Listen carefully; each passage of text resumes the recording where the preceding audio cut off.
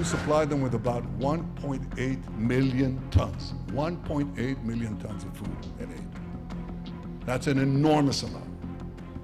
And that's why you didn't have mass starvation at all. Thousands and thousands of prisoners have taken their shirt off. And you don't see one, not one, emaciated. Not a single case. From the beginning of the war to the present. In fact, you see quite the opposite because you don't get that much exercise, certainly not in tunnels. But you get food. In the darkest days of the Roman Empire, there was a particularly cruel emperor, and he had a way with captives. He would starve a lion, and then he would put a captive in the arena, and you know what happens. And this happened time after time until one day he brought in a Jewish captive from Judea. And the lion had been starved for many days, went into the arena, saw the Jewish captive, started scratching the sand, and then, just as the lion was about to pounce, the Jewish captive rushed to the lion and whispered something in his ear. And the lion slinked away with his tail, slinked away. And the audience, the crowd, they went wild. And the emperor, he was very curious. He called the Jewish captive and he said, "What did you tell him? Tell me what you told him." And the Jewish captive said, "I told him he'd have to give a speech after dinner.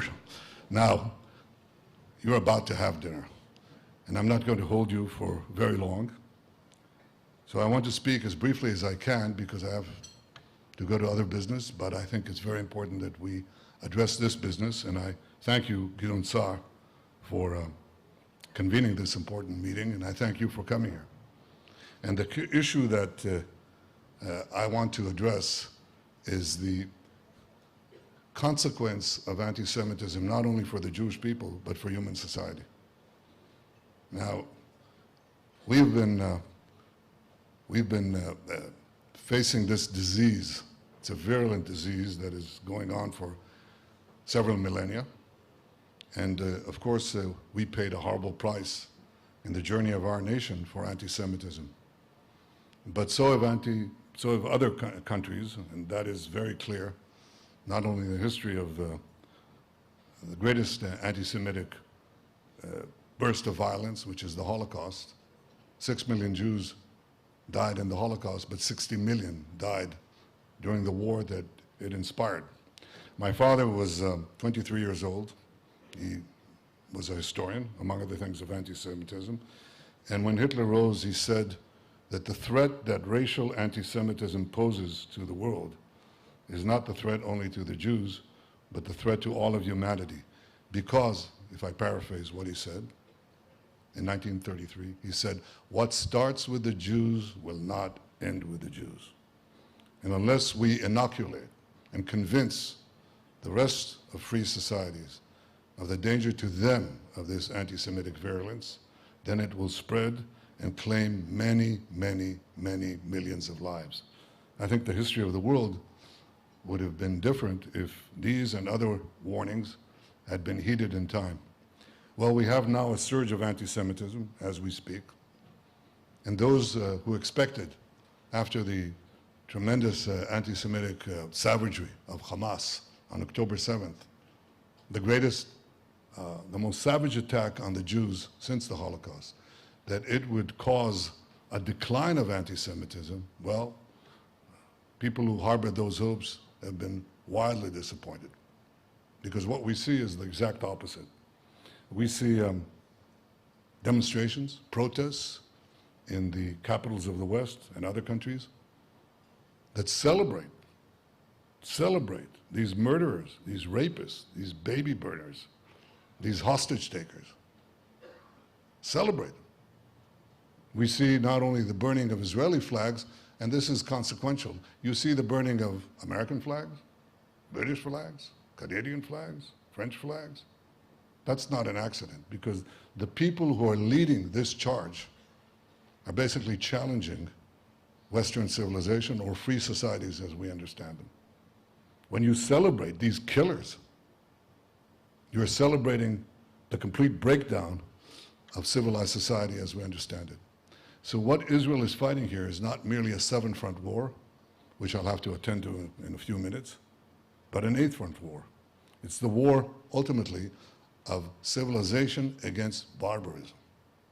Now, how does this war proceed? There are certain patterns of anti-Semitism that we've seen down the ages. It's always accompanied, and usually it's preceded by vilification and demonization. So you're familiar with these calumnies that were leveled at the Jewish people. We poisoned the wells in medieval times. We take Christian children, the blood of Christian children, and bake matzos for Passover with them. We spread vermin. By the way, these lasted right into modern times. If you look at Nazi propaganda, they said exactly the same thing. So you dehumanize a group of people in human society, and you prepare them for the kill, for the butchery. That is always the case. You always demonize before you annihilate, or before you seek to annihilate. And that was essentially what happened to us, right up to the worst pogrom of them all, the Holocaust. What we saw recently here was an attempt to recreate the Holocaust. Chancellor Scholz of Germany visited me shortly after the October 7th massacres, and he visited the sites. Many of you may have seen them as well. And he said, they're just like the Nazis. True, with one difference. The Nazis tried to hide their crimes. These people went with GoPro cameras, and they publicized it for the entire world to see. They were very proud of what they were doing. But other than that, he was exactly right. Had they had their way, they would have slaughtered every man, woman, and child in this state, and every Jew around the world. They openly say that. Their patron, Iran, openly says that. As you have these talks now with Iran, between Iran and the United States, the Ayatollah Khamenei tweets, he's a great tweeter, by the way, he tweets, Israel has to be annihilated. The cancer of the Jewish state has to be uprooted. He's open about it. This is the scourge that we are dealing with. And of course, many are taken in by these protests or are cowed by them. More than anything else, they're cowed by them. They fear them. They want to control the rampant attacks that are then directed at them for having relations with Israel, for having contacts. And what you try to do is you want to corral your victim, but in fact, your countries are the victim. Because what is being done is an attempt to deny Israel, and in fact to deny all free societies, the ability to fight these barbarians. How do they do that? Well, the first thing they say is, you're slaughtering people deliberately. That's a complete destruction, a complete annihilation of the laws of war. If I had to say, what are the laws of war? If I had to boil it down to one idea, that idea is that you divide the world into two. On one side are combatants, on the other side are non-combatants. And you can go after the combatants, but you don't deliberately cross the line against non-combatants. Well, the terrorists have figured that out. The radicals have figured that out. So what they do is they hide behind civilians. They use them as human shields. And when you go after the terrorists, because otherwise, you'll give them immunity and they can do anything. They can fire rockets at our cities, trying to kill our civilians, and hide behind their civilians. That's what is called a double war crime. And when you try to target the civilians, you invariably hit civilians. That is, when you try to hit the terrorists, you invariably hit non-combatants.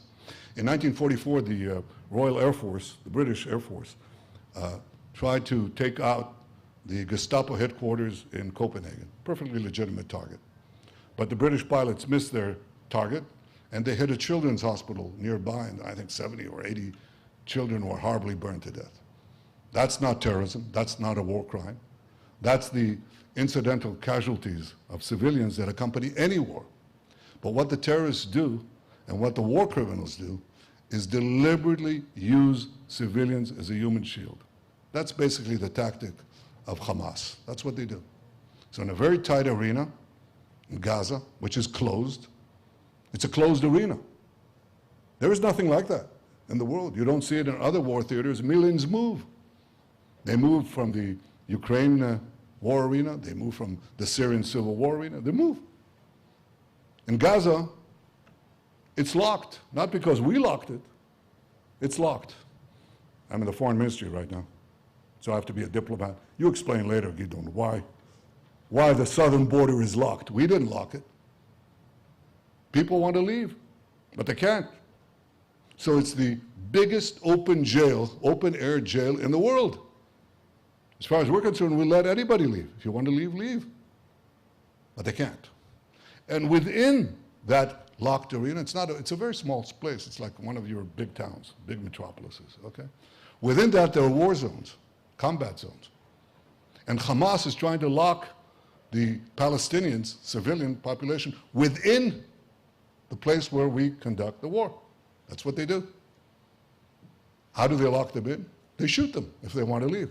That's how the war began. They just shot them.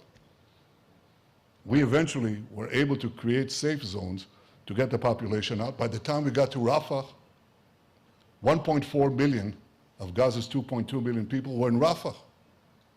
And we were told by the entire international community, including our good friends in the United States, don't go into Rafah. And I said, well, we have to go into Rafah. It's like the Allies finishing off 80% of the German army, and they're told, don't go into the last part, don't go into Berlin, and don't finish the last 20%. We have to do that. Otherwise, Hamas will be there, and they'll murder again, and kidnap again, and rape again, and behead again. And they say so. That's what they intend to do.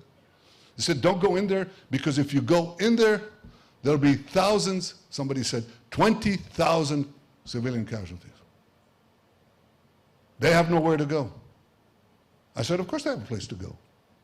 That place is right on the beach. It's 2 kilometers away, on the beach. And we went in, and they all went to the beach within 6 days. And the number of civilian casualties we had in Rafah was practically zero, because they all left. So the first lie that is put against us is that we are deliberately killing civilians. We are texting civilians by the millions. Millions of text messages, millions of phone calls, cell phone calls, millions of pamphlets. Please get out, because we are going to come in. And that's why the ratio of non-combatants to combatants killed in the most dense urban warfare arena in modern history is the lowest in the Gaza war. Not only do I say that, but John Spencer, who's the foremost expert on this in West Point, on urban warfare, he says there's never been anything like this. Anything like this. The Israeli army that is so maligned has gone out of its way in ways that no other army, and Israel has gone in the way of no other country, more than any other country, and more than any other military, to prevent civilian casualties. And Hamas has gone out of its way to create civilian casualties, because they want to harness and promote the anti-Semitic sentiments that you see in the West. That's the first lie. Here's the second one. The second one is that we have a policy of starvation. Did you hear that? You didn't? That's the current fad, the current lie. Well, that's false too. From day one, or the early days of the war, we decided on a policy. We are going after Hamas.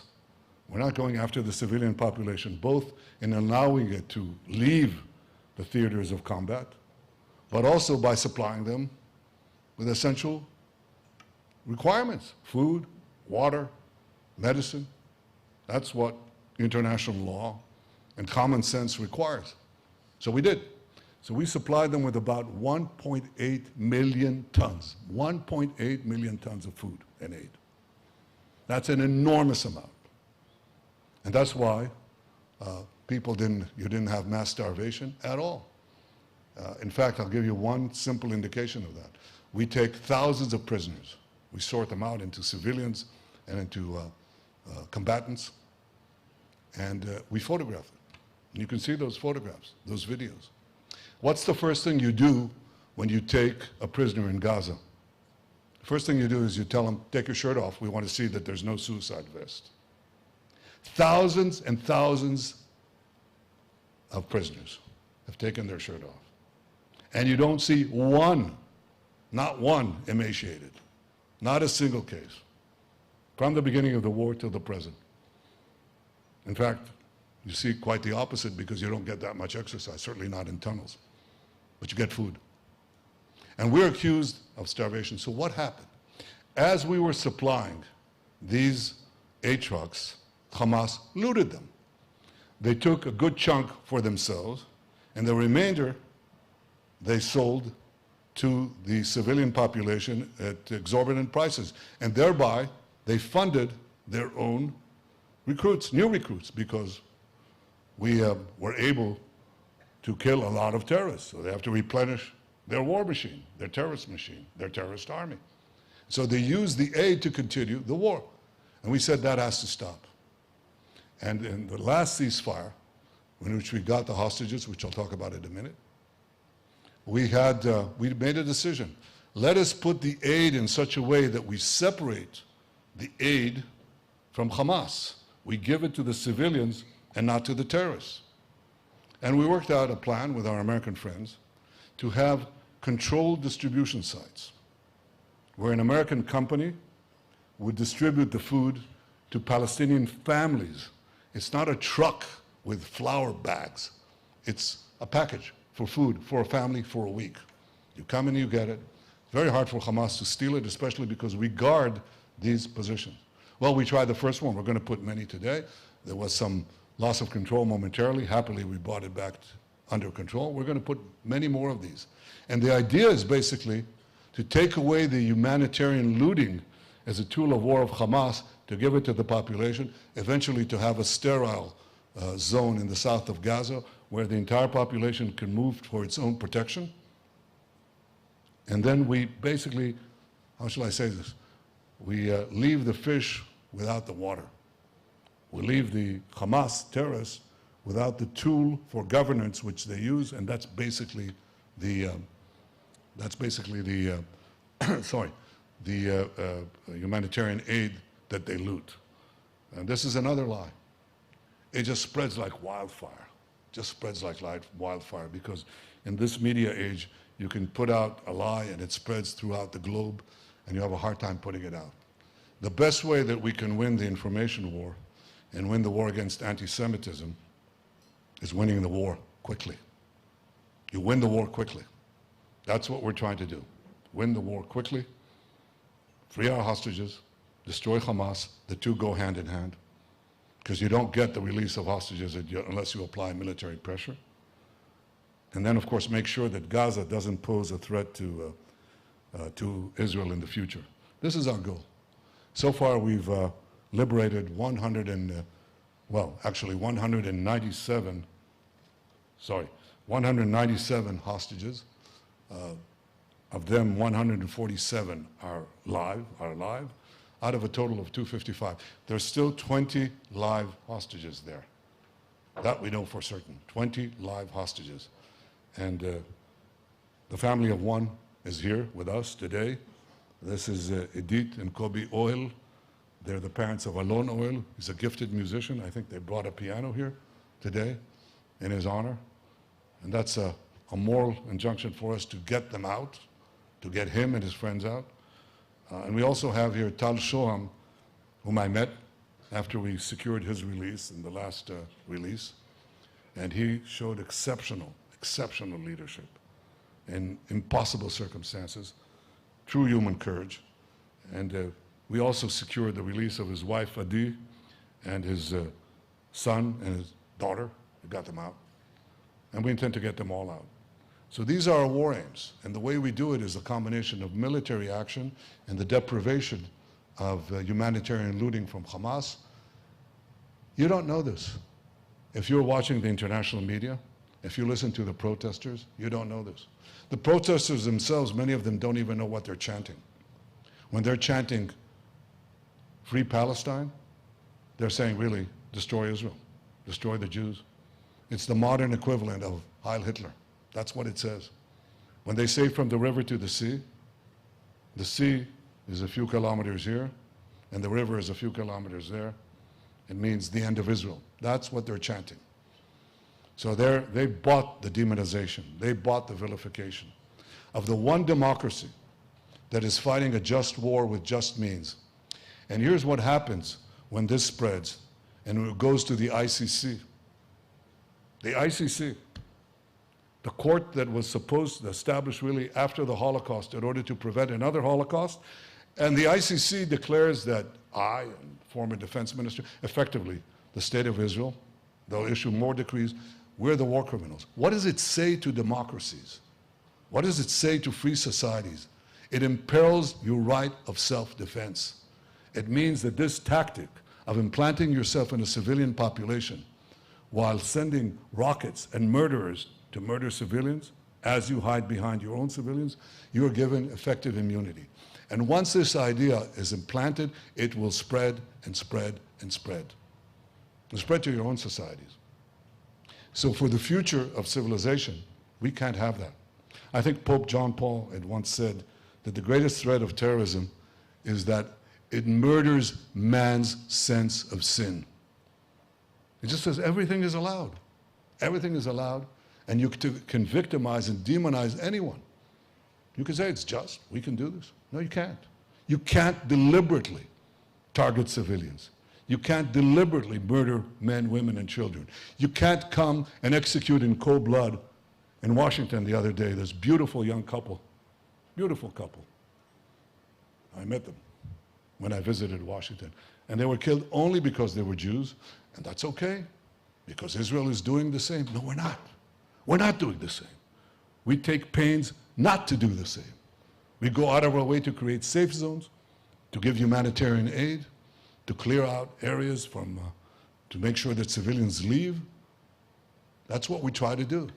And the ones who are trying to impede it are Hamas. Hamas and their patron Iran that calls outright for the annihilation of Israel, as do the Houthis, as do the other proxies.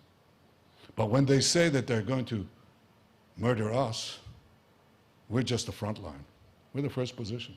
By the way, they say death to Israel, death to America, but they also intend to deal with everything in between. They're quite open about it. And so this is a battle not merely for the physical survival of the Jewish state, and we will not be destroyed. That I assure you. We have the power and the means to protect ourselves, and we do so. But it's also a battle for the protection of all free societies. Don't succumb to the vilification. Don't succumb to the demonization. Don't succumb to the lies. Don't succumb to this complete inversion of morality. Because once you do, there's no end to it. And once you do, your societies are in great, great danger. I urge you to fight anti-Semitism not only because it's right. I urge you to fight anti-Semitism because it will save you. That's all I have to say, and unfortunately I have to go back to other things, but I really want to thank you for coming here, giving of your time from various countries and from various Jewish communities. And the last thing I want to do is to address the leaders of Jewish communities who came for us from around the world. The most important thing you have to do in fighting anti-Semitism is to stand up and not be coward. People value and respect people who stand up for their own rights. Do not be afraid to speak up. Speak up, stand up for the truth, stand up for the Jewish people, stand up for civilization. And I ask that all of you do the same. Thank you.